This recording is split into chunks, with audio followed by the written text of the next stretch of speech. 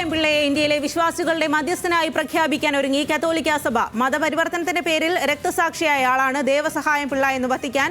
മതപരിവർത്തന ആരോപണങ്ങൾ വീണ്ടും ശക്തിപ്പെടുത്തുന്നതിനിടയിലാണ് വത്തിക്കാന്റെ പ്രഖ്യാപനം. ഒക്ടോബർ 15-ന് ഇന്ത്യയിലും വത്തിക്കാനിലും ഒരേ സമയം പ്രഖ്യാപനം നടക്കും. വിവരങ്ങളുമായി അനിൽ ജോർജ് ആണ് ചേരുന്നത്. അനിൽ, ഈ പറഞ്ഞതുപോലെ ഈ ഒരു കാലഘട്ടത്തിൽ ഏറെ പ്രസക്തമാണ് ദേവസഹായം പിള്ളയുടെ പ്രവൃത്തികൾ എന്നുള്ളതാണ്. മതപരിവർത്തനത്തിന്റെ പേരിലാണ് ക്രൂശിക്കപ്പെട്ടത്.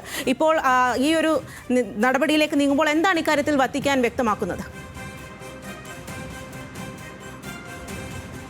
സ്വാതി, ഇന്ത്യയിൽ തന്നെ രക്തസാക്ഷികളുടെ ഗണത്തിൽ ഏറ്റവും പ്രധാനപ്പെട്ട പട്ടികയിൽ ഉൾപ്പെടുത്തിയിരിക്കുന്ന ഒരാളാണ് ദേവസഹായം പിള്ള.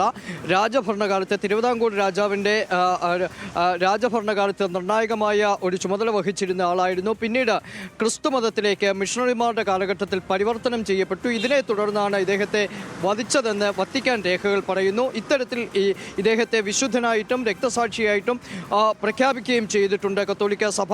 ആ സമയത്ത് തന്നെ രാജകുടുംബവും അടക്കം ഇതിനെതിരെ രംഗത്ത് വരികയും ചെയ്തു. ഇപ്പോൾ മിഷണറിമാരെയും ഒപ്പം ക്രിസ്ത്യൻ മത നേതാക്കളെയും ആകെ ഇന്ത്യയിലെ മതപരിവർത്തനത്തിൻ്റെ സൂത്രധാരകളെന്നും രാജ്യദ്രോഹികളെന്നും ഒക്കെ RSS അടക്കം വിശേഷിപ്പിച്ചുകൊണ്ടിരിക്കുന്ന സാഹചര്യത്തിലാണ് വത്തിക്കാൻ ഇത്തരത്തിൽ മതപരിവർത്തനത്തിലൂടെ ക്രിസ്ത്യാനിയായി മാറിയ ഒരാളെ ആ മതപരിവർത്തനത്തിൻ്റെ പേരിൽ രക്തസാക്ഷിയാവുകയും ആ രക്തസാക്ഷിത്വത്തിൻ്റെ പേരിൽ വിശുദ്ധ പദവിയിലേക്ക് ഉയർത്തപ്പെടുകയും ചെയ്ത ഒരാളെ ഇന്ത്യയിലെ മുഴുവൻ വിശ്വാസികളുടെയും മധ്യസ്ഥനായി വത്തിക്കാൻ പ്രഖ്യാപിക്കുന്നതിലൂടെ കൃത്യമായ ഒരു സന്ദേശം തന്നെ RSSനും അതുപോലെ തന്നെ ഇവിടുത്തെ BJP ഭരണകൂടത്തിനും നൽകുകയും കൂടിയാണ്.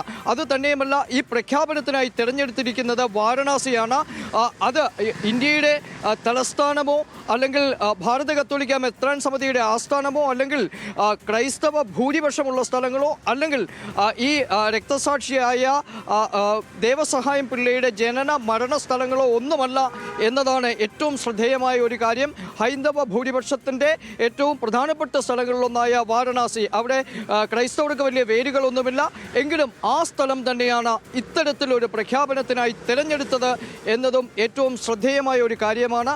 അതായത് പേടിച്ച് പിന്നോട്ടില്ല, മുമ്പോട്ട് തന്നെ പോകുന്നു, പ്രവർത്തനങ്ങളുമായി മുമ്പോട്ട് പോകും എന്ന് തന്നെയുള്ള ഒരു സന്ദേശം തന്നെ ആഗോള കത്തോലിക്ക സഭ നൽകുകയും കൂടിയാണ് ഈ ചടങ്ങിലൂടെ. സ്വാതി. ശരി അനിൽ, ദേവസഹായം പിള്ളയെ ഇന്ത്യയിലെ വിശ്വാസികളുടെ മധ്യസ്ഥനായി പ്രഖ്യാപിക്കാൻ ഒരുങ്ങുകയാണ് കത്തോലിക്ക സഭ. അതിന്റെ വിശദമായ വിവരങ്ങളാണ് അനിൽ ജോർജ് നൽകിയത്.